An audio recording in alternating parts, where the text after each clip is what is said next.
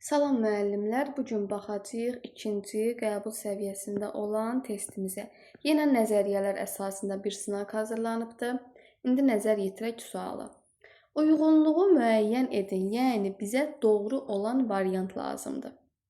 İndi A variantı. Piaget nəzəriyyəsində uşaq inkişaf etdikcə dünyanı əvvəlcə hiss və hərəkətləri ilə tanıyır, sonra hər şeyi özünə görə dəyərləndirir. Daha sonra gördüklərindən məntiqi nəticə çıxarmağı öyrənir və nəhayət qayda, ehtimal, nəticə üzərində düşünür. Yəni burada Piaget'in hissi hərəki, ilkin əməli, konkret əməli və formal əməli mərhələləri ardıcıl şəkildə qeyd olunubdur. Biz burada əslində görürük ki, bu doğru variantdır. Doğru variant, ancaq yanlış yazılıb. Ona görə biz A variantını götürmürük. Əslində burada doğru yazılmalı idi. B.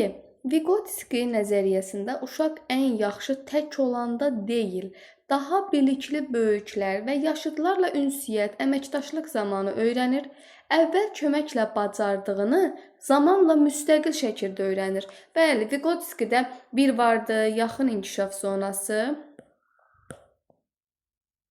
bir vardı, aktual inkişaf zonası. Yəni, aktual inkişafda uşaq sərbəst idi. Yaxın inkişafda müvəqqəti köməyə ehtiyacı var idi. Bu da baxıram ki, doğru variantda ancaq yanlış verib. Xeyr, bizə lazım deyil, bizə uyğunluq lazımdır. Waldorf yanaşmasında uşaqlar erkən yaşda təbii, azad mühitdə öyrənməli, oyun və təcrübə yolu ilə hər tərəfli inkişaf etməli, müəllim isə onları yönləndirən mənəvi, estetik bələdçi rolunda olmalıdır. Bəli, bu Waldorf yanaşmasının qaydalarından biridir və doğruda doğru verdiyi üçün bizim variantımız C bəndidir. Ancaq biz D və E bəndinə də baxaq.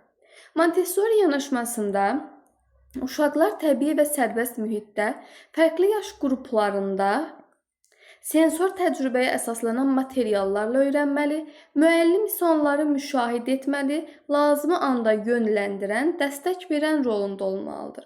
Bəli, doğru bir yanaşmadır, ancaq yanlış verib, ona görə lazım deyil. Reggio Emilia yanaşmasında uşaqlar öyrənmənin mərkəzində dayanır. Bəli. Sosial əməkdaşlıq, bəli, mühitlə qarşılıqlı əlaqə vasitəsilə bilik əldə edirlər. Müəllim isə onları müşahidə edir və yönləndirən bələdçi olur. Bəli, bu da bir doğru yanaşmadır. Ancaq baxıram ki, yanlış yazıbdır. Bura doğru olmalı idi. Ona görə bizim doğru variantımız olur C bəndi. Bildiyiniz kimi Emilia Vygotsky ilə bağlıdır. Hər ikisində sosiallaşma, əməkdaşlıq. Montessori isə Piaget ilə bağlıdır. Hər ikisi sərbəstliyi sevir. Uşaqların özünün öyrənməsinə şərait yaratmış olur. Bu qədər əziz müəllimlər, inşallah bu sınaq da sizin üçün aydın olar. Nə sualınız olsa 051 565 76 15 nömrəsi ilə əlaqə saxlaya bilərsiniz.